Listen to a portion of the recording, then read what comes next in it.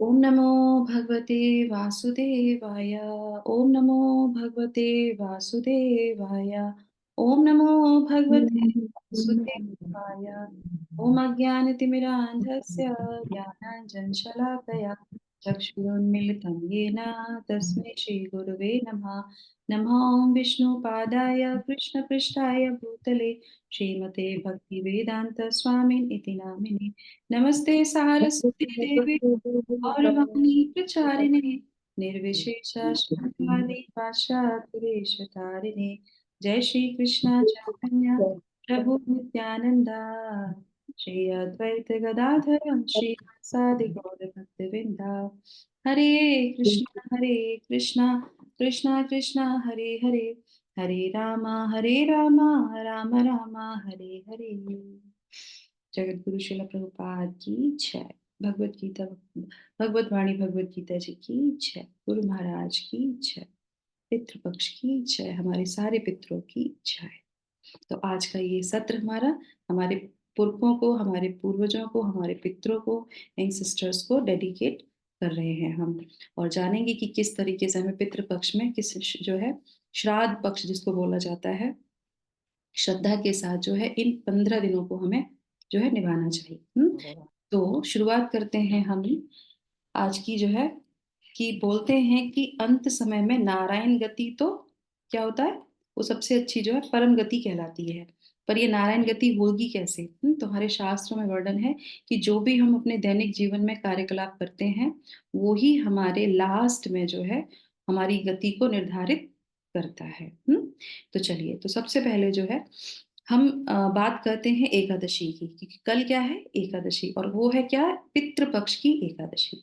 तो ये बहुत इंपॉर्टेंट है और इससे जुड़े हुए कुछ तथ्यों को हमें समझना चाहिए। तो सबसे पहले तो हम बात करेंगे यहाँ पे कि एकादशी क्या है और क्यों एकादशी ही रहनी चाहिए, क्यों भक्त लोग जो हैं ये हमेशा कहते हैं कि आप लोग एकादशी रहिए। तो उसके पीछे तथ्य हैं कुछ शास्त्रों में जो वर्णित है।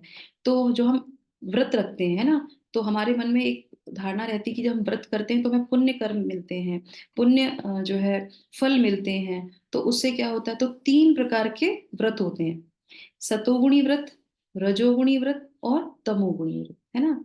तो तमोगुण से शुरू करते हैं। तो तमोगुण में क्या होता है?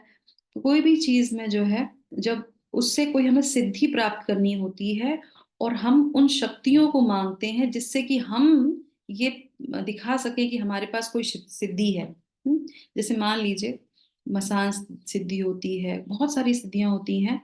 काली माँ की पूजा करना, और आपने देखा होगा कुछ लोग जो है मरुस्थल में जाके सिद्धियां प्राप्त करते हैं, वो तमोगुणी पूजा होती है, तमोगुणी सिद्धियां होती हैं। और उससे क्या होता है कि भला तो कम होता है, बुरा ज्यादा हो जाता है। तो इसी तरीके से शास्त्रों में 3 प्रकार से जो है व्रत बताए गए हैं। तो उसमें भी तपस्या होती है, पर वो तमोगुणी गुड़ी जो है कहलाती है। उसके बाद आ जाते हैं रजोगुणी में। रजोगुणी की तपस्या क्या होती है? रजोगुण में जो व्रत रखा जाता है, व्रत मतलब तपस्या करना, अपने ऑस्टेरिटी करना, भगवान के समीप जाना। उपवास का मतलब होता है भगवान के समीप जाना। पर क्या होता है, क्योंकि शास्त्रों का अध्ययन न करने के कारण हमें पता ही नहीं होता है कि उपवास हम क्यों करते हैं। एक परंपरा चली आई है तो हम उसको करते रहते हैं। और आजकल तो और भी ट्रेंड ऐसा हो गया है, नाचना गाना, शो ऑफ करना। भगवान तो वहां दूर दूर तक समझ में नहीं आते, भगवान दूर बैठे, हम दूर बैठ के नाच रहे हैं, वहीं से चले गए। तो वो नहीं है। तो वो रजोगुणी हो जाता है। तो रजोगुणी में क्या होता है कि जैसे देवी देवताओं की पूजा करते हैं, उनके लिए व्रत रखते हैं और आदान प्रदान होता है, लेन देन वहां पे चलता है, तो वो हो जाता है रजोगुणी व्रत। अब आ जाते हैं सतोगुणी व्रत में, है ना। अब इन दो में इन दोनों में क्या होता है, इन इन दोनों तपस्याओं में, इन दोनों व्रतों में एक खासियत है। एक जो है बहुत अच्छी चीज है, वो क्या है कि आप अगर करते हैं तो फल मिल जाएगा, और नहीं करते हैं तो कोई फल, तो आपको कुछ नुकसान नहीं है। ठीक है, करेंगे तो फल मिलेगा और नहीं करेंगे तो कोई आपको जो है नुकसान नहीं है। पर सतोगुण का जो व्रत होता है, उसको अगर आप करते हैं तो डेफिनेटली अच्छा फल मिलेगा आपको, पर अगर नहीं करते हैं तो क्या होगा? Minus marking. क्या होगा? माइनस मार्किंग हो जाती। क्यों? क्योंकि शास्त्र में उसको करने का नियम बोला गया है, वो करना ही करना है। जिस तरीके से, जैसे हम कलयुग में हैं, चार हमारे युगास होते हैं, तो हर युग का एक धर्म है। अगर हम धर्म का पालन नहीं करेंगे, ट्रैफिक लाइट से जा रहे हैं और ट्रैफिक लाइट के नियमों को नहीं पालन करेंगे, तो क्या होगा? हमको उसका पेनल्टी देनी ही पड़ेगी। तो इसी तरीके से जो रजोगुण का जो व्रत है, उसमें आ जाता है क्या? एकादशी का व्रत। और ये बोला गया है हमारे धर्म में, एकादशी का व्रत करना ही चाहिए। और अगर आप नहीं करोगे तो क्या होगा? तो आप नरक में जाओगे। उस सतोगुण में, रजोगुण और तमोगुण में तो कुछ नहीं जाना है। कोई बात नहीं, करो करो, नहीं करो नहीं करो, कोई दिक्कत नहीं है। पर भगवान का जो व्रत है, अगर वो नहीं करोगे तो फिर आपको जाना है। क्यों? मनुष्य जन्म लिया है, तो मनुष्य जन्म के साथ आपको कुछ चीजें करनी ही चाहिए। तो ये अनिवार्य ही अनिवार्य है, इसमें कोई विकल्प नहीं है। तो इसीलिए हमें क्या करना चाहिए? एकादशी का हमेशा व्रत करना चाहिए। और कोई जरूरत नहीं है, लोग कहते हैं 15 दिन कर लो, 2 महीने कर लो, 5 महीने कर लो, साल भर कर लो, फिर क्या करो? उद्यापन कर लो। उद्यापन क्यों कर लो भाई? क्यों कर लो? कुछ चीजें अपने संग भी तो लेके जाओ। कुछ चीजें अपने संग ले जाओ, उद्यापन करके यहीं पे सब खिला पिला के खत्म कर दो। दान देना अच्छी बात है, भोज कराना अच्छी बात है, पर ये जरूरी नहीं उद्यापन करके उसके बाद फिर से शुरू कर दो। अगर आपको ऐसा लगता है, कुछ ट्रेडिशन चीजें दी जाती हैं, वो शुरू कर सकते हैं। पर ये हमारे जल, हम कल हम लोगों ने जो श्लोक पढ़ा था, जीवन पर्यंत आखिरी सांस तक हमें क्या करना चाहिए? एकादशी का व्रत करना ही चाहिए। कल है पितृपक्ष चल रहा है, तो हमें कल क्या करना चाहिए? अपने पितरों के लिए क्या करना चाहिए? एकादशी का व्रत रखना चाहिए। और उसका जो फल मिलेगा, वो उसको किसको देना चाहिए? पितरों को देना चाहिए। इसीलिए शास्त्र में एक और विधान है, एकादशी के दिन जो भी अपना शरीर त्याग करता है, उसके लिए जो है क्या है? उसके लिए उस दिन पे तर्पण नहीं किया जाता, उसके लिए द्वादशी के दिन तर्पण किया जाता है। क्योंकि एकादशी पे जो जाता है, उसकी तो स्वयं भगवान के धाम पे वो पहुंच जाता है। कितनी अच्छी महिमा है ना एकादशी के दिन, एकादशी को जो भी जो है करता है। तो ठीक है, अब इसके आगे आ जाते हैं। तो अगर शास्त्रों में ये विधान है, कैसे है कि जो विधि विधान नहीं करता वो नरक में जाता है। तो इसका उदाहरण जो है मिलता है भगवत गीता के 6 अध्याय के 20वें श्लोक में। किसने निकाला है? अध्याय 6 का 20वां श्लोक, जिसका हम जो है ट्रांसलेशन पढ़ेंगे जल्दी से, और उसके बाद फिर जो है हम जानेंगे कि कैसे जो है। और एक चीज इसमें बहुत अच्छी, जब निकाल ले तो मुझे बता दीजिएगा। अगर बोलते हैं कि एकादशी जो लोग करते हैं, अब आ जाते हैं एकादशी की थोड़ी सी स्टोरी हम ले लेते हैं कि एकादशी पे क्या होता है। किसी ने निकाला? हम्म। जी हरे माता कृष्णा, जी। मेरा निकल रहा माता जी। यस, पढ़िए। इसका ट्रांसलेशन पढ़ना माता जी। यस माता जी। जी माता जी। हरे कृष्णा, सभी को दंडवत प्रणाम। सिद्धि की अवस्था में, जिसे समाधि कहते हैं, मनुष्य का मन योगाभ्यास के द्वारा भौतिक मानसिक क्रियाओं से पूर्णतया संयमित हो जाता है। इस सिद्धि की विशेषता यह है कि मनुष्य मन से अपने को देख सकता है और अपने आप में आनंद उठा सकता है। उस उस आनंदमयी स्थिति में वह दिव्य इंद्रियों द्वारा असीम दिव्य सुख में स्थित रहता है। इस प्रकार स्थापित मनुष्य कभी सत्य से विफल नहीं होता और इस सुख की प्राप्ति हो जाने पर वह इससे बड़ा कोई दूसरा लाभ नहीं मानता। ऐसी स्थिति को पाकर मनुष्य बड़ी से बड़ी कठिनाई में भी विचलित नहीं होता। यह निसंदेह भौतिक संसर्ग से उत्पन्न होने वाले समस्त दुखों से वास्तविक मुक्ति है। हरे कृष्ण। हो जाती। तो ये सारी जो सिद्धियां होती हैं, ये जो तपस्या की जाती है, तो इसके बारे में बताया जाता है कि अगर वो करते हैं तो वो मुक्ति को प्राप्त होता है, और अगर वो ऐसा नहीं करेगा तो क्या होगा? वो नरक में ही अवश्य जाएगा। तो इसके आगे तात्पर्य में शिल प्रभुपाद उसकी व्याख्या करते हैं।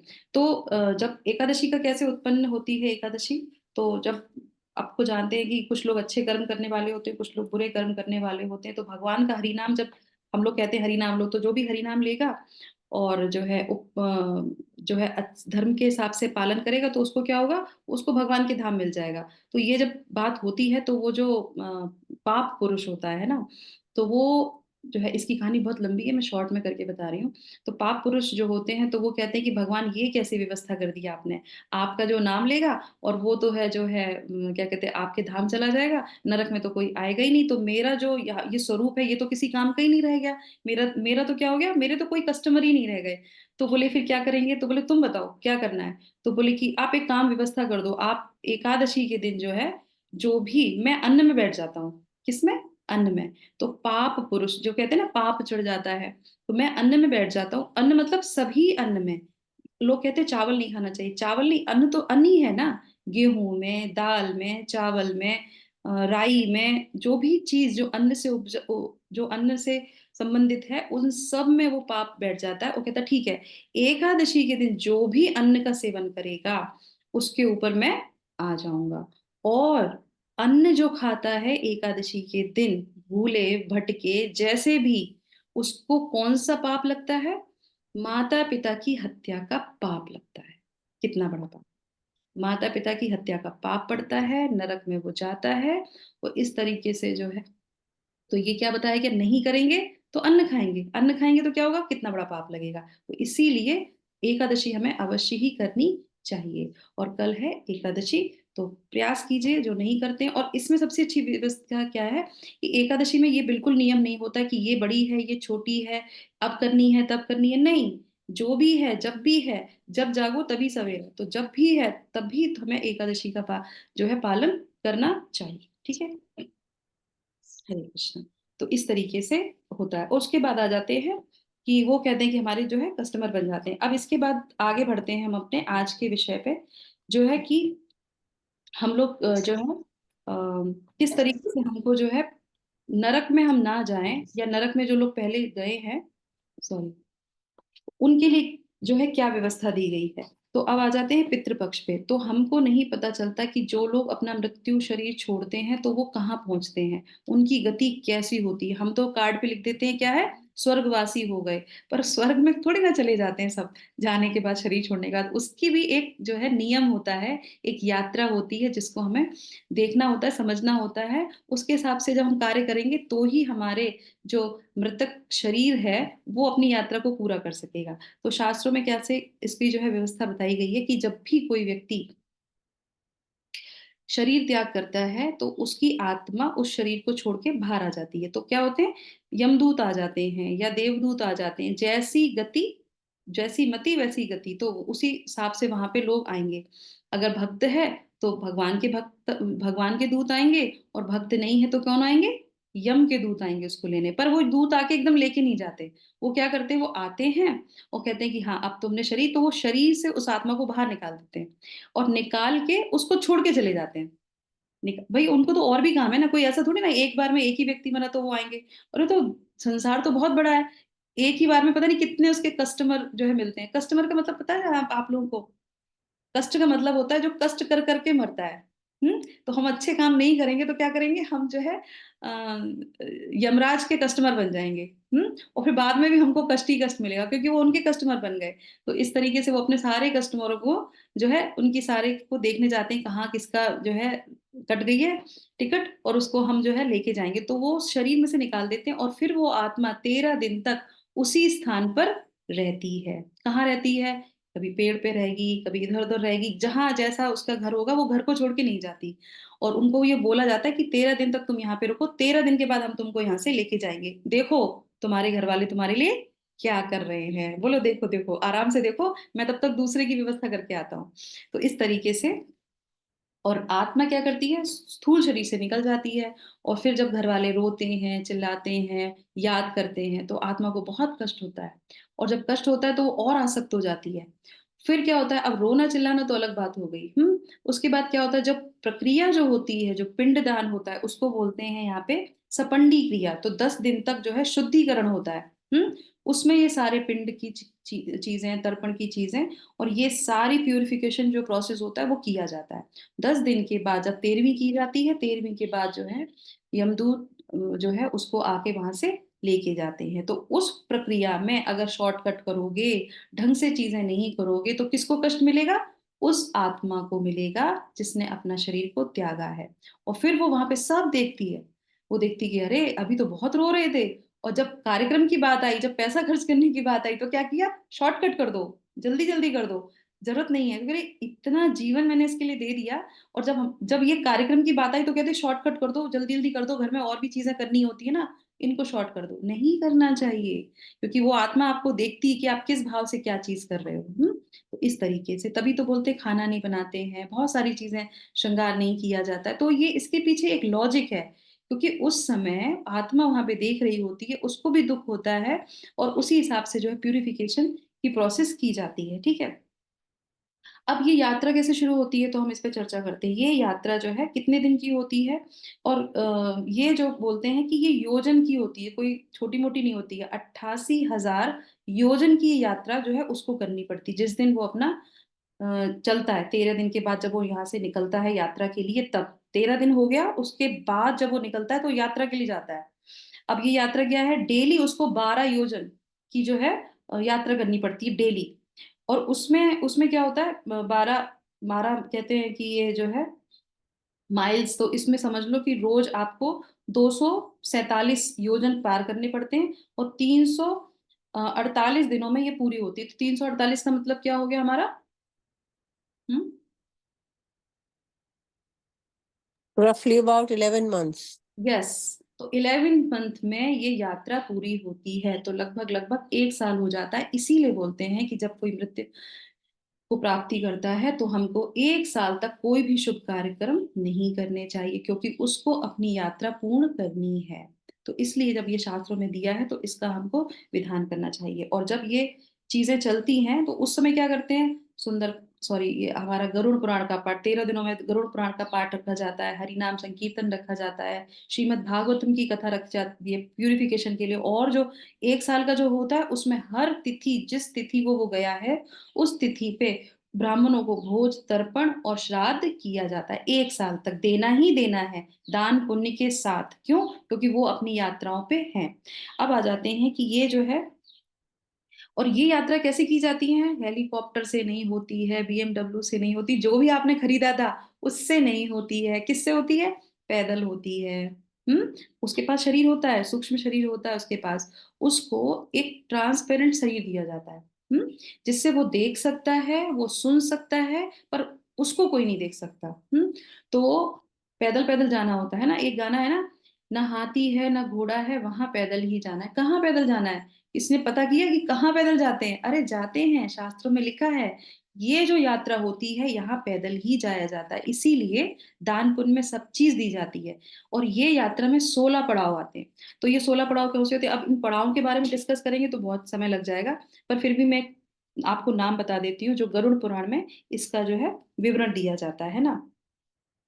तो यम्यलोक आता है, सौरीपुर आता है, नगेंद्र भवन आता है, गंधर्व लोक आता है, शैल ग्राम आता है, कौंचपुर आता है, कौरपुर आता है, विचित्र भवन आता है, भवतपाद आता है, दुखाद आता है, नाना कर्ण आता है, सुताप्त भवन आता है, रुद्रपुर आता है, पयोद पर्णित आता है, और शीशत धायपुर आता है, और बहुविधपुर आता है। तो इस तरीके से 16 पड़ाव जो आते हैं, और इन 16 पड़ावों में अलग अलग तरीके से उसको जो है जिसको बोलते हैं स्टॉपेज हैं, जंक्शंस हैं, ये मिलते हैं। तो हर स्टॉप पे अलग अलग चीज है। जैसे मान लीजिए शीतसधायपुर है, तो वहां पे बहुत सर्दी होगी, बहुत सर्दी होगी, और उसको सर्दी में से, उस बर्फ में से निकल के जाना पड़ता है। अब क्या करते हैं, कंबल नहीं दिया, ठंडे चीजें नहीं, वो नहीं दिया, तो क्या होगा, उसको वो सहना पड़ता है। अब इनके साथ जो यात्रा होती है, इनके साथ क्या होते हैं, दूत भी होते हैं। हम्म। और ये जो दूत होते हैं, ये 2 दूत वो हो गए, और जो है एक व्यक्ति शरीर हो गया। तो अगर जब हम उनको भोजन नहीं देते हैं तो क्या होता है, ये दूत को भी बहुत कष्ट हो जाता है। वो ये कहता है कि एक तो मैं तुम्हारी सेवा कर रहा हूँ, बस मान लीजिए हम कहीं जाते हैं, किसी यात्रा पे जाते हैं, हम गाड़ी लेके गए, हमने वहां पे ड्राइवर रखा, तो हम जब जा रहे हैं यात्रा में, तो हम जब रास्ते में कहीं खाना पीना खाएंगे तो ड्राइवर को भी तो पूछेंगे कि तुम भी खा लो। अब ड्राइवर थोड़ी ना अपने घर से पोटली बांध के आएगा, भाई हमने इसकी सेवा करनी तो ये हमको खाना खिलाएगा। तो इसी तरीके से जब हम जो दान करते हैं और तब ज्यादा सत करते हैं, दूसरा जो है भोजन में भी कहते हैं कि ज्यादा सा निकाल के रखते हैं, है ना। कभी आपने देखा एक पूड़ी निकाल दी? नहीं, कम से कम 4 पूड़ी तो निकालते ही है ना, 3 पूड़ी तो निकालते ही हैं, करेक्ट। 3 पूड़ी का क्या महत्व होता है, एक तो मृतक व्यक्ति और 2 जो दूत हैं उसके लिए। अगर उसके लिए नहीं निकाला तो क्या होगा, वो बहुत गुस्सा होगा और गुस्सा होके कहेगा तुम्हारे घर से खाना ही नहीं आया, मैं तो तुम्हारे साथ चल रहा हूँ, तुम्हारी सेवा कर रहा हूँ। अब जो भी उसको सेवा दी गई है घसीट के लेके जाने की, मार के, अब उसको कोड़े देता है, वो कोड़े से मारता है कि देखो हर स्टेशन पे तुमको चीजें आनी चाहिए, तो तुम्हारे साथ मुझे भी आनी चाहिए, मैं भी तो ये यात्रा कर रहा हूँ तुम्हारे साथ। तो वो नहीं मिलता तो उसको बहुत गुस्सा आता है, और वो जो है प्रताड़ना किसको देता है, उस शरीर को देता है, वो जो यातना का शरीर उसको दिया जाता है, ट्रांसपेरेंट शरीर दिया जाता है मृतक व्यक्ति को। और फिर वो जो व्यक्ति होता है वो क्या करता है, बहुत क्रोधित होता है और वो कहता है कि देखा, इतना मैंने अपना जीवन दिया और इन लोगों ने क्या, 1 साल भी जो है दान पुण्य नहीं कर पाए, 1 साल मेरे लिए 2 रोटी जो है, ये 2 पूड़ी नहीं निकाल पाए। तो इसलिए वो जो है पितृ जो है प्रभावित होते हैं और गुस्सा होते हैं। तो ये यमदूत जो है ये कैसे बनते हैं, आपको पता है यमदूत की स्थिति कैसी होती है? हम जब स्टोरी ये सब सुन रहे हैं तो हमें पता होना चाहिए यमदूत कैसे बनते हैं। यमदूत भी जो है क्या होता है, उनके घर से नहीं आता है। उनके घर से इसलिए नहीं आता है क्योंकि यमराज का महल और ये सब चीजें कोई अच्छी जगह थोड़ी ना है। तो वहां पे क्या होता है कि जो व्यक्ति इस जगत में, जैसे हम सब आप लोग हैं, यहाँ पे हम क्या करेंगे, 4 रेगुलेटरी प्रिंसिपल्स फॉलो नहीं करेंगे, शराब पियेंगे तो क्या जाएंगे, शराब वाला जो नरक है ना उसमें जाएंगे। हम्म वहां पे भुगतेंगे और उसके बाद क्या होगा, फिर नीचे भेज दिया जाएगा, फिर नीचे आएंगे मृत्यु लोक में, और फिर यहाँ पे क्या करेंगे, यहाँ पे फिर हमने दूसरी बार जो है स्त्री संग कर लिया, पर स्त्री संग, तो फिर हमें नरक जाना पड़ेगा। तो इस तरीके से जो 1000 बार बार बार आता है और बार बार नरक जाता है, आता है जाता है, आता है जाता है, तो वो क्या हो जाता है, यमराज का कस्टमर बन जाता है। अब यमराज कहते हैं कि ये तो जो है नरक को छोड़ ही नहीं रहा है। अब उसने क्या ना, सारे नरक देख लिए, है ना, बार बार गया बार बार आया, बार बार गया बार बार आया, शास्त्र पढ़े नहीं, साधु संग किया नहीं, तो पता ही नहीं क्या करना है, यही किए जा रहे हैं। और आप देखिएगा आपके आसपास में लोग यही कर रहे हैं, यही कर रहे हैं। कब उनको मुक्ति मिलेगी, कब वो भगवान का नाम लेंगे, और जो भगवान का नाम लेता है उसको वो मूर्ख समझते हैं कि तुम लोग तो मूर्ख हो, बुढ़ापे में लेना चाहिए, बुढ़ापे में तो नाम नहीं निकलता। तो ये जो है इस तरीके के जो लोग होते हैं जो बार बार नरक जाते हैं, तो वो क्या हो जाता है, नरक जो यमराज जी कहते हैं कि तुम एक काम करो, बार बार यहीं आते हो, तुम यहीं पे जॉब कर लो, मैं तुम्हें कार्य देता हूँ, अब तुम नीचे मत जाओ, हमारी ही नौकरी कर लो, क्योंकि तुमको नरक में बहुत अच्छा लगता है, तुम कुछ अच्छे काम तो करोगे नहीं, तुम नरक में ही आओगे, तो तुम यहीं पे बन जाओ, और तुम्हें सारे स्टेशन पता है, जितने भी नरक हैं, जितने भी द्वार हैं, तुम्हें सबके बारे में पता है वहां पे क्या होता है, तो तुम काम करना यहीं पे शुरू कर दो, क्योंकि मृत्यु लोक में तो तुमने कोई काम किया नहीं, यहाँ करोगे तुम। तो वो बन जाते हैं यमदूत, उनको सारी चीजें पता होती हैं। अब जब वो गलत काम करते हैं, उनकी पिंडोदक क्रिया नहीं होती है, उनकी मुक्ति नहीं मिलती है, तो फिर वो क्या होता है, उनको भोजन तो मिलता नहीं है, तो वो भी फ्रस्ट्रेट होते हैं, और वो जॉब कर रहे होते हैं, उनको खाना नहीं मिलता, तो खाना उनको कहाँ से मिलेगा, इस पितृ के घर से उनको खाना दिया जाता है। तो इसीलिए बहुत अनिवार्य है कि मृतक शरीर के साथ साथ जो है यमदूत भी जो है वो भोजन करते हैं, तो उनको भी खुश रखना पड़ता है, ठीक है। अब आ जाते हैं उसके बाद जो है, हाँ तो ये हो गया हमारा यहाँ तक का। उसके बाद आ जाते हैं कि श्राद्ध जो है, अब श्राद्ध करने में कि ये जो व्यवस्था है, ये जो किया जाता है, तो यहाँ पे जो है दान करते हैं, और जो है एक बार इसी से संबंधित जो है प्रश्न आता है। ब्रह्मा जी जो है कृष्ण भगवान से पूछते हैं कि ये जो श्राद्ध है, ये जो पिंड दान किया जाता है, जो तर्पण किया जाता है, तो ये जो कैसे जो है ये भोज्य सामग्री हम यहाँ करते हैं और ये वहां पितरों को प्राप्त हो जाती है, कैसे हो जाता है? तो कौन पूछता है? ये गरुड़ पुराण में ब्रह्मा जी कृष्ण भगवान से पूछते हैं। तो वो उसके प्रश्न के उत्तर में बताते हैं कि हाँ, जो भी हम यहाँ पे उनके लिए करते हैं, तो उसमें क्या करते हैं, उसमें मंत्र बोले जाते हैं, उसमें उस व्यक्ति का नाम बोला जाता है, उस व्यक्ति का गोत्र बोला जाता है, करेक्ट। और वो जब बोलते हैं तो वो उसी तरीके से उसको वहां पे मिल जाता है, भाई तुम्हारे नाम से क्या हो रहा है, ऑफरिंग हो रही है ना, तुम्हारे गोत्र से, तो वो ऐसे ही मिल जाती है। अब वहां तो जो है आपके पितृलोक में तो बहुत लोग होंगे, बहुत पितृ होंगे, तो कैसे पता चलेगा, जब गोत्र बोला जा रहा है, नाम बोला जा रहा है, इसके घर से ये ऑफरिंग आ रही है। अच्छा, दूसरा क्या बोलोगे शास्त्रों में, कि जो जिस भी योनि में होता है, जब हम किसी को दान देते हैं, श्राद्ध ये पिंड करते हैं, और जिस भी शरीर में होता है, तो जो ऑफरिंग जो दी जाती है उसको उसी के हिसाब से मिल जाती है। समझ रहे हैं? तो ये विस्तार थोड़ा और बड़ा विषय है, उसमें हम नहीं जाएंगे, तो उसी तरीके से मिल जाते हैं। तो उदाहरण के लिए कैसे समझेंगे इसको, ऐसे समझेंगे जैसे गाय का बच्चा गाय को पूरी सब जो है सारी गायों में जो है कैसे ढूंढ लेता है, उसके कोई पट्टा नहीं बंधा होता है, पर वो गाय का बच्चा कैसे अपनी गाय को पहचान लेता है ना। तो इसी तरीके से वो बताते हैं कि ऐसे ही जो है पितरों को जो ऑफरिंग दी जाती है, जिसकी जहां से जिसके घर से आती है वो वहां से उसको प्राप्त हो जाती है। और इसी के साथ जो है, और इसमें कौन सहायता प्रदान करता है और ये कैसे चेंज हो जाती है, जैसे मैंने बताया ना कि ऑफरिंग उनके शरीर के हिसाब से उनको चेंज होके मिल जाती है। तो उदाहरण देते हैं शास्त्रों में कि जैसे बच्चा माँ से दूध पीता है, और बच्चे को क्या होता है, उसी से उसका रक्त बन जाता है, करेक्ट। तो इसी तरीके से ऑफरिंग भी चेंजेस होके उनको मिल जाती हैं। और उसके बाद फिर जो है ये सारे देवी देवता जो होते हैं वो सहायता करते हैं, जैसे अग्निदेव हुए और हमारे सूर्य देव हुए, इनकी सहायता से उसको वो सारा भोज्य पदार्थ मिलता है। तो कहेंगे ये क्या है, ये भगवान की सृष्टि है। यहाँ पे आप पूड़ी बनाइए और वहां पे जो है उनको जैसी उनका शरीर होगा उसके हिसाब से उनको वो भोजन मिल जाएगा। दूसरा जो है, हम यहाँ पे देखते हैं इस सृष्टि में भी कि यहाँ पे हमने क्या किया, फोन पे किया, पेटीएम किया, कोई कहीं पे भी हो उसको क्या होता है, धनराशि मिल जाती है, करेक्ट। तो हम जब इस जगत में ये चीज देखते हैं तो ये भगवान की सृष्टि है, भगवान की सारी व्यवस्था बहुत ही जो है अद्भुत है कि जो भी हम करते हैं वो हमारे पितरों को मिल जाता है। फिर भी बहुत से ऐसे लोग होते हैं जो प्रश्न करते हैं कि हम कैसे मान लें कि हम यहाँ पे श्राद्ध कर रहे हैं और उनको मिल जाता, हम तो इस चीज को नहीं मानते। तो इस संबंधित में मैं आपको एक स्टोरी बताऊंगी, पर उससे पहले जो है हम यहाँ पे चर्चा करेंगे कि ये जो है 15 दिन का टाइम पीरियड होता है, जो हमारे पूर्णिमासी से लेके अमावस तक का। तो ये पीरियड इसलिए बोला जाता है कि इस, वैसे तो क्योंकि ये जो है लोक होते हैं उसमें अंतर होता है, तो उनकी अवधि में भी अंतर होता है, और उनका ये चलता है लंच टाइम। जो लंच टाइम होता है वो उनका लंच टाइम होता है, तो इसीलिए उनको इस टाइम में जरूर जरूर जो है हमको अपने पितरों को देना चाहिए, डेली तर्पण करना चाहिए, जल देना चाहिए, है ना। उनके लिए नाम हरि नाम करना चाहिए। तो इस तरीके से हम करते हैं।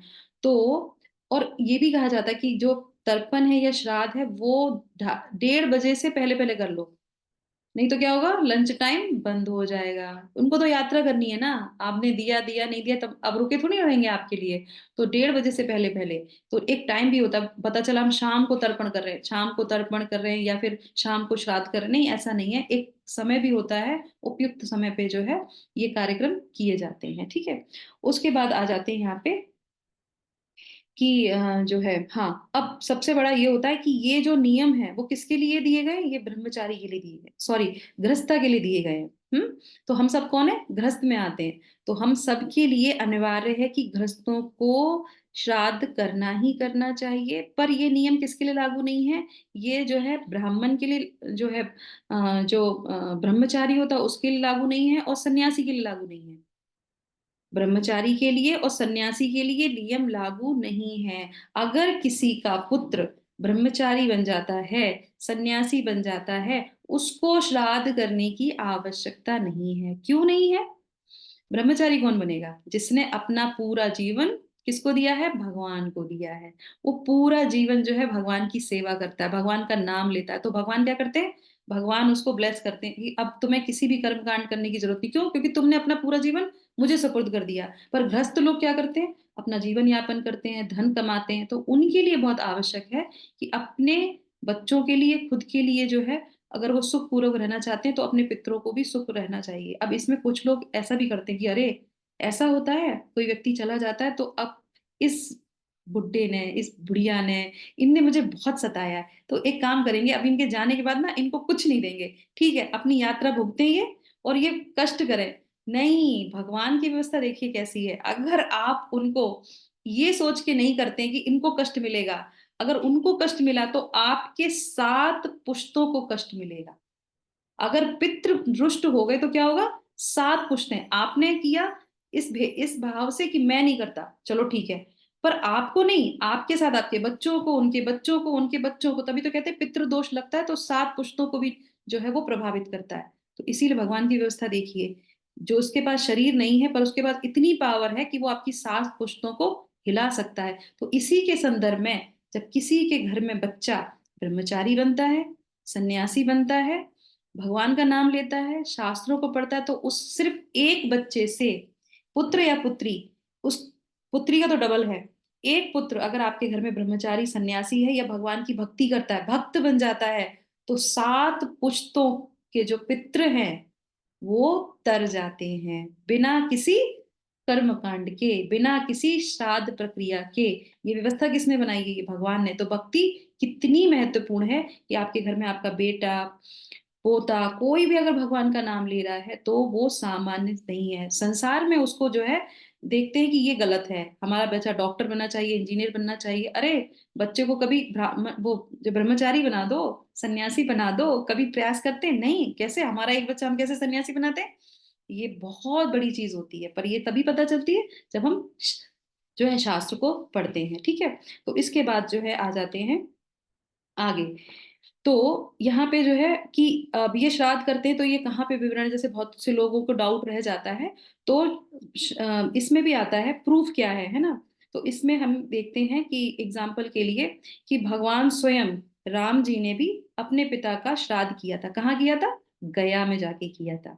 श्री चैतन्य महाप्रभु ने भी श्राद्ध किया था। कहाँ किया था? गया में जाके किया था। राम भगवान तो किस में थे? उस समय वनवास की अवस्था में चल रहे थे, पर फिर भी उन्होंने सीता माँ के साथ वहां पे किया। और जब सीता माँ ने वहां देखा तो सिर्फ दशरथ जी को नहीं देखा, दशरथ जी के साथ उनके पिताजी और उनके पिताजी, उन्होंने 3 पीढ़ियों को वहां बैठ के भोजन के लिए देखा। सोचो।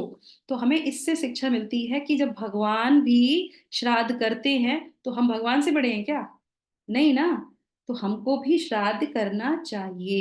तो इसीलिए अगर जो लोग कहते हैं कि श्राद्ध क्यों करते हैं, कहाँ लिखा है, तो उसमें ये लिखा है। अब हम पढ़ लेते हैं कि भगवत गीता जो भगवान ने बोली है उसमें भी भगवान यही शिक्षा देते हैं कि हमें श्राद्ध करना चाहिए। तो आप अब खोल लीजिए पहले अध्याय का 41वां श्लोक का। संगीता माता जी आपने खोला है क्या?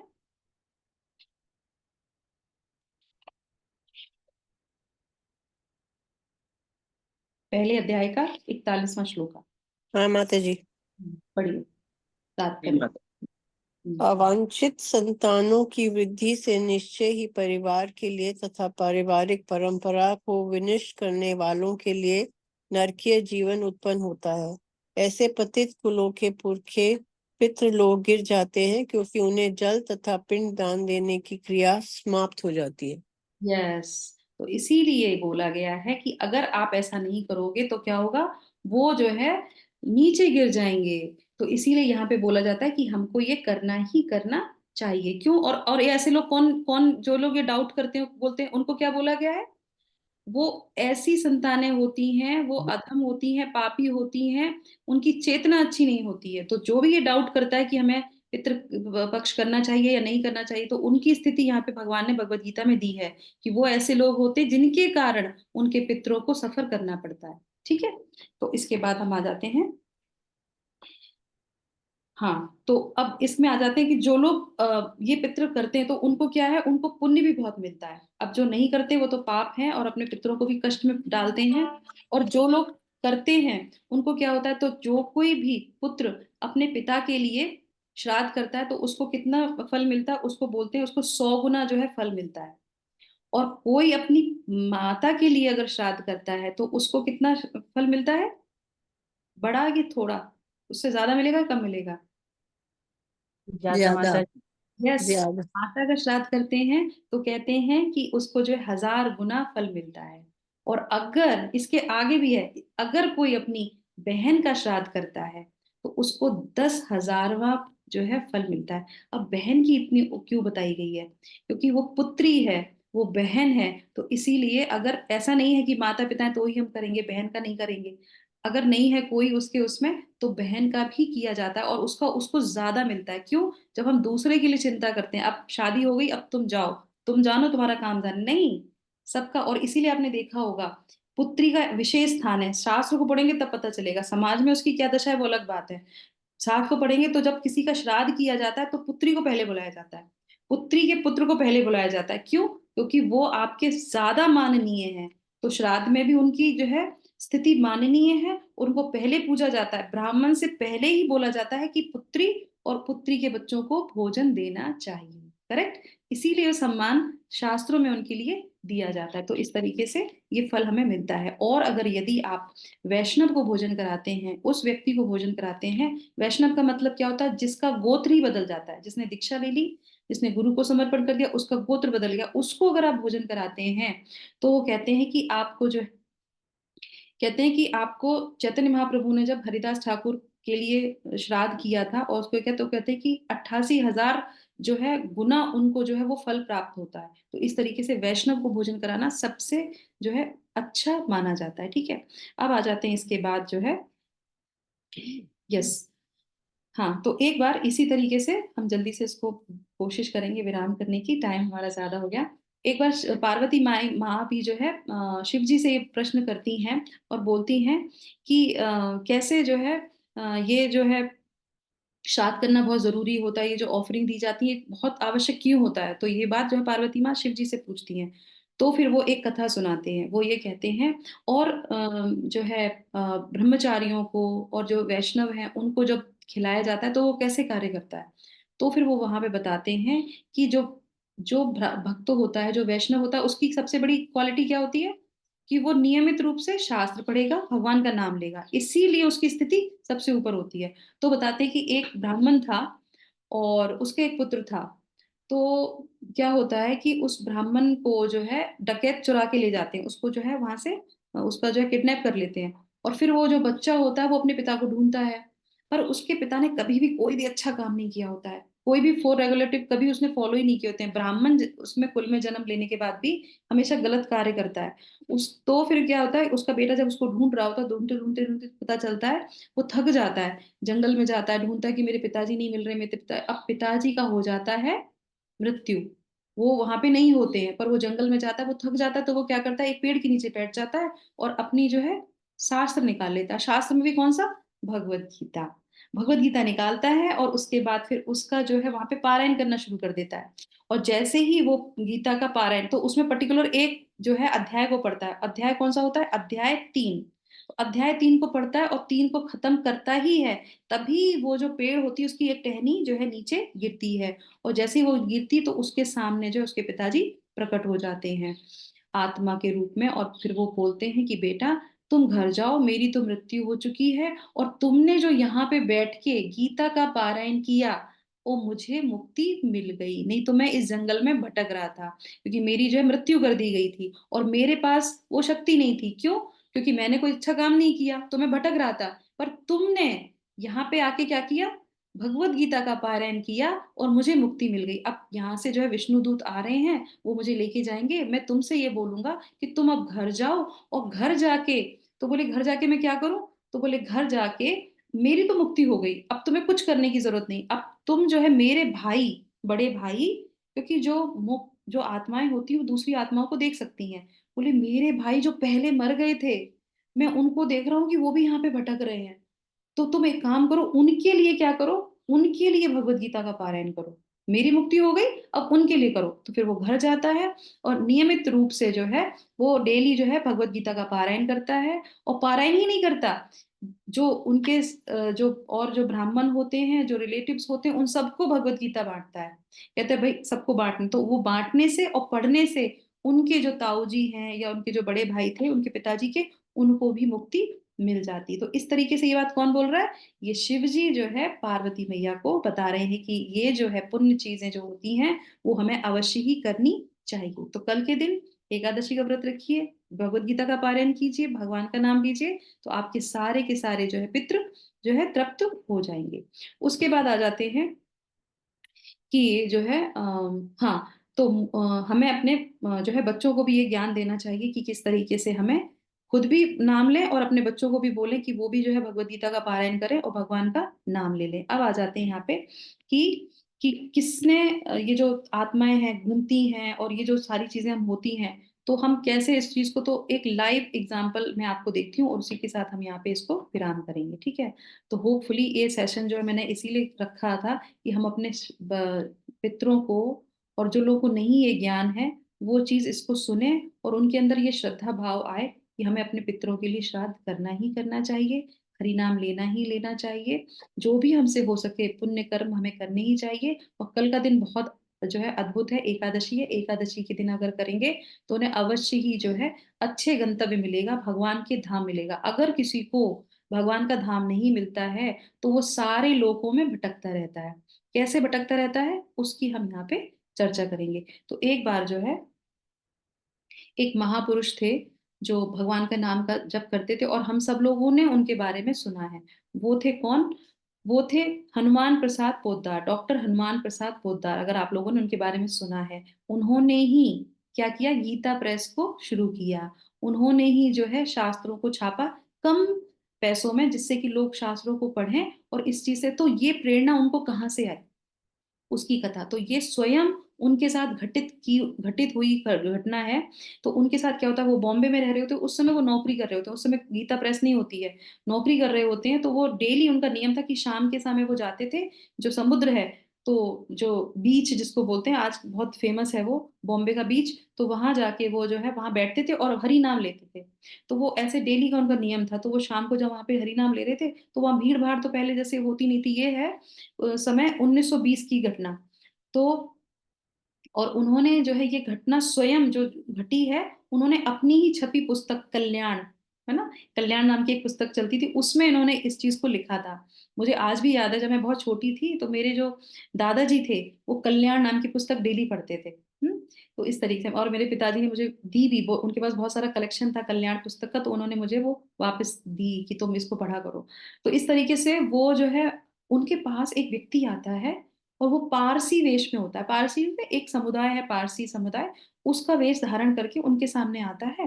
और वो अपना जपा कर रहे थे, जब वो देखते हैं तो वो थोड़ा सा इग्नोर करते हैं, फिर अपना जपा करने लगते हैं। बहुत देर हो जाती है, वो व्यक्ति वहीं खड़ा रहता है। तो फिर वो कहते हैं, आप बैठ जाइए, आप क्यों खड़े हैं, आप बैठ जाइए। बोले, नहीं मैं बैठ नहीं सकता। बोले, क्यों क्यों नहीं बैठ सकते? बोले, मैं उड़ सकता हूँ पर बैठ नहीं सकता। बोले, उड़ सकते हो? तो बोले कि हाँ, क्योंकि मैं प्रेत हूँ। वो कहते, प्रेत? प्रेत मेरे सामने क्या कर रहा है यहाँ पे? तो वो कहते, प्रेत हो मतलब? वो तो घबरा गए। तो बोले, नहीं आप घबराइए नहीं, मुझे आपसे कुछ सहायता चाहिए।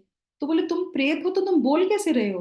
हाँ, प्रेत को तो हम सुन नहीं सकते ना, ये तो मुझे पता है। तो बोले, हाँ, प्रेत जब बोलते हैं तो कोई सुनाई, किसी को सुनाई नहीं देता, वो भी नहीं बोलते हैं। पर जब कोई सामने से कोई बोलता है कि तुम जो है कैसे हो, कहाँ हो, क्या हो, तो उस ध्वनि में, उस जो है साउंड में, वो भी बोल सकता है, उसको वो शक्ति मिल जाती है बोलने की, जब दूसरे की शक्ति आती है तो इसलिए मैं आपसे ये बात कर पा रहा हूँ। और क्योंकि आप भगवान का नाम लेते हो, इसलिए मैं आपको दिखाई भी दे रहा हूँ। नहीं तो मैं किसी को दिखाई नहीं देता, प्रेत है ना, किसी को दिखाई, पर आपको दिखाई दे रहा हूँ। तो मैं आपसे चाहता हूँ कि आप मेरी थोड़ी सी सहायता कर दीजिए। बोले, क्या सहायता करनी है? तो वो कहते हैं कि ऐसे ऐसे जो मैं पारसी परिवार का हूँ, और मेरी मृत्यु हो गई थी, और पर मेरी मुक्ति नहीं हुई, मैं भटक रहा हूँ प्रेत योनि में, तो आप मेरी सहायता कीजिए। बोले, क्या सहायता करनी है? बोले, आपका समुदाय है, तो आपके समुदाय वालों ने आपका क्रिया कर्म किया होगा। तो बोले कि कुछ तो गड़बड़ हुआ है जिससे कि मैं नहीं हुआ मुक्त। तो बोले कि मैं कैसे यकीन कर लूं कि आप मृत्यु हैं आपके साथ? तो बोले, मैं आपको अपना एड्रेस देता हूँ। अपना एड्रेस देते हैं कि आप जाइए, पता करिए। तो खुद जाते हैं, स्वयं वो जाते हैं और पता करते हैं कि ये व्यक्ति यहाँ रहता था। तो देखा कि उसी व्यक्ति का बड़ा सा फोटो टंगा था उनके घर में। उनके पुत्रों से पूछा, ये कब इनकी मृत्यु हुई, कैसे? बोले, 6 महीने हो गए इनको। तो बोले, आप लोगों ने कुछ इनके लिए किया नहीं? बोले, हाँ, हमने जो हमारे यहाँ होता है, बॉडी को रख देते हैं एक जगह पे, और उसमें कुछ दही दूध वगैरह डाल देते हैं, जिससे कि पशु पक्षी आके उस शरीर को खा जाए। उनकी यह प्रथा थी कि ये शरीर किसी के काम आ जाना चाहिए, तो वो हम करते हैं। तो बोले कि आपके, उन्होंने फिर सारी घटना बताई कि ऐसे ऐसे आपके पिताजी मुझे दिखाई दिए, उन्होंने बोला कि हमें जो है हमारे लिए सहायता करो। तो बोले कि आपको जो करना है आप करो, हम कुछ नहीं कर सकते, हम पारसी, हम जो जो मानते हैं हम वही मानते हैं, हम उससे ज्यादा कुछ नहीं करेंगे, आप जाइए यहाँ से। तो उनका खुद का पुत्र जो है ये बात कह देता है, और वो वहां से चले आते हैं। फिर वो जो है ये बात जो है फिर से वो दिखाई देती है उनको समुद्र के पास। तो वो बोलते हैं, तो कहते हैं, आप चिंता मत करो, आपके परिवार वाले तो नहीं करेंगे पर मैं आपके लिए करूंगा। तो फिर वो जो है, क्योंकि वो नौकरी कर रहे थे तो वो जा नहीं सकते थे, तो वो किसी और व्यक्ति से बोलते हैं कि मैं तुम्हें पैसे देता हूँ, तुम कहाँ जाओ, तुम गया जाओ, और गया में जाके उनके लिए तर्पण और श्राद्ध करो और दान करो। और वो करवाते हैं, और उसके बाद पर वो उनसे क्या बोलते हैं, एक चीज, वो उनसे ये बोलते हैं कि अगर आपकी मुक्ति हो गई तो मुझे कैसे पता चलेगा, है ना? तो आप मुझे कंफर्म करना कि आपको मुक्ति मिल गई है। तो बोले, हाँ, ये बात सही है, अगर मुझे मुक्ति मिलेगी तो हम आपको जरूर बताएंगे, तभी हम यहाँ से जाएंगे। तो बोले, ठीक है। तो उसके बाद फिर जो तर्पण किया जाता है, उनको मुक्ति प्राप्त होती है। उसके बाद वो आते हैं, और उनको जो है इतना ग्रेटिट्यूड उनके अंदर होता है, ये बात वो लिखते हैं अपनी किताब में, और कहते हैं कि वो प्रेत योनि में होने के बाद भी उसके अश्रु आ रहे होते हैं। और वो कहता है कि जो मेरे परिवार ने मेरे लिए नहीं किया, वो आपने मेरे लिए कर दिया। और ये प्रेरणा भगवान ही देते हैं ना अच्छे कर्म करने से, कि जो कष्ट में होता है तो भगवान उनको उनके पास भेजते हैं कि ये तुम्हारा उद्धार कर सकता है। तो इस तरीके से जो है आपने मेरा उद्धार किया, मेरी मुक्ति दिलाई है, और मैं इतना प्रसन्न हूँ, इतना प्रसन्न हूँ कि मैं आपको क्या दे सकता हूँ? आशीर्वाद दे सकता हूँ कि आप बहुत नाम वाले बनेंगे, आप लोगों का बहुत उद्धार करेंगे। ये बात उनको जब पोद्दार जी को बोलते हैं तो वो कहते हैं कि उसके बाद मुझे वो प्रेरणा मिली, और फिर देखिए आज हम सब लोग उनके नाम के जानते हैं, करेक्ट? उन्होंने कितनी बड़ी गीता प्रेस, आज के समय में सबसे बड़ी जो प्रेस थी वो गीता प्रेस, और कितने शास्त्र उसने उन्होंने छापे। तो उसके बाद उनको ये प्रेरणा मिलती है और उनका आशीर्वाद जो है, उस प्रेत आत्मा का आशीर्वाद उनको मिलता है, और फिर ये आते हैं। तो वो जाते समय एक प्रश्न करते हैं, वो ये कहते हैं कि आप मुझे ये बताइए, आपको तो सब दिखाई देता होगा, है ना, प्रेतों के बारे में। तो मुझे ये बता दो कि कितने लोग भटकते हैं? ये इतने सारे समुदाय हैं, हर तरीके के कार्यक्रम होते हैं, हर तरीके की ऑफरिंग अलग-अलग होती हैं, तो किस-किस को मुक्ति मिलती है? फिर वो बोलते हैं कि आपको पता है, जो सनातन धर्म में जो नियम दिया गया है, गया में जाके पिंडदान करना, श्राद्ध करना, वो ही किसी भी जीव को मुक्ति दिलाता है, अन्यथा कोई भी नियम मुक्ति नहीं दिलाता। तो वो तो सुन के एकदम उनको चौंक जाते हैं, वो कहते हैं अच्छा, इतना जो है पूरे ब्रह्मांड में इतने जीव हैं, इनकी मुक्ति नहीं होती होगी फिर तो कितने लोग ऐसे भटकते रहते होंगे? तब फिर वो बताते हैं, वो कहते हैं कि जितने भी जीव आपको दिख रहे हैं इस ब्रह्मांड में, इस पृथ्वी लोक पे जितने भी दिख रहे हैं, ब्रह्मांड तो वो नहीं देख सकते, पृथ्वी लोक में जितने आपको जीव दिख रहे हैं, जितने मनुष्य दिख रहे हैं, इसके जो है 100 गुना, सॉरी सॉरी 10 गुना, 10 गुना जो है क्या है, जीव प्रेत में चले गए हैं। कितना? 10 गुना। जितने मनुष्य दिखते हैं उसके 10 गुना जो है प्रेत योनि में गए हैं, और वो भटकते रहते हैं। आपको नहीं दिखाई देते हैं, आपके कितने आसपास जो है प्रेत घूम रहे होंगे, पर हमको नहीं दिखाई देते हैं। बोले उनकी संख्या ज्यादा है जीवित लोगों से। क्यों? क्योंकि उनका उद्धार नहीं होता है। तो इसीलिए जो शुद्ध भक्त होता है उसको ये बात पता होती है, तो उन्होंने क्या किया, संकल्प लिया कि मैं अपने जीते जी लोगों का उद्धार करूंगा। कैसे करूंगा? गीता बांटूंगा, गीता छापूंगा, शास्त्रों को पढ़ेगा तब किसी का उद्धार हो सकेगा। तो ऐसे ही शिला प्रभुपाद ने क्या किया, जीवन को जीव को उद्धार करने के लिए क्या किया उन्होंने, सिर्फ देश में नहीं, उन्होंने विदेश में भी जाके हरि नाम का प्रचार किया। क्यों? जोर जोर से संकीर्तन करने से क्या होता है, हरि नाम कानों में जाता है, प्रेत सुन सकते हैं। हम्म। तो जब हम लोग हरि नाम संकीर्तन करते हैं रोड पे, तो क्या होता है, जितने भी आसपास के जीव हैं उन सब का उद्धार होता है, पशु पक्षी का उद्धार होता है, पेड़ों का उद्धार होता है, और जो भटकती हुई आत्माएं हैं प्रेत योनि में, पिशाच योनि में, उन सब का उद्धार होता है। तो इस तरीके से हरि नाम सबसे इंपॉर्टेंट पावर, हमारा वेपन है, जिससे कि हम अपना भी जीवन जो है उद्धार कर सकते हैं, और जो हमें नहीं दिखते हैं उनका भी उद्धार करते हैं। तो इसीलिए हमें क्या करना चाहिए, नियमित रूप से शास्त्रों का अध्ययन करना चाहिए, दूसरों को भी इनके बारे में बताना चाहिए, और हरि नाम दूसरों को भी प्रेरणा देनी चाहिए कि वो भी करें। तो इस सत्र से जो भी इसको सुना होगा, जिसने भी, अगर उनको प्रेरणा मिली है, तो कृपया करके मेरा भी ये निवेदन है कि आप लोग अपने पितरों के लिए हरि नाम करें, यथा समय जो भी उनकी तिथि है उसको जो है जरूर श्राद्ध करें, गया जाएं, जहां से वो गए, कहते हैं ना, गया मतलब गया, वो चला गया कहाँ, भगवत धाम जाता है, तो वहां जाएं, उनके लिए जाके जो है दर्पण करें, और फिर आके उनके लिए हरि नाम करें। तो अपनी यात्रा सुखद करनी है, क्या करना है, खुद हरि नाम करेंगे तो किसी की जरूरत नहीं है, और दूसरे के लिए भी हरि नाम देना है, ठीक है? तो इसी के साथ हम आज का जो है इसको विराम करते हैं, हरे कृष्णा महामंत्र के साथ। हरे कृष्णा कृष्णा कृष्णा हरे हरे, हरे रामा राम रामा हरे हरे। जगत गुरु शिला प्रभुपाद की जय। हरिनाम संकीर्तन की जय। समस्त भक्त वृंद की जय। हरे कृष्णा। तो होपफुली आप सब लोग जो प्रेरित होंगे, दूसरों को भी प्रेरणा देंगे कि हम सब लोग को हरि नाम लेना है, और जो शास्त्रों में बताया है विधि विधान उसको करना है, और जो ऐसा नहीं करेगा वो क्या है, वो जो है मनुष्य योनि में नहीं है। इतना सुनने के बाद भी अगर श्रद्धा ना आए तो फिर वो श्राद्ध क्या करेगा, करेक्ट? ये तो श्रद्धा का ही विषय है। Thank you so much. Hare Krishna.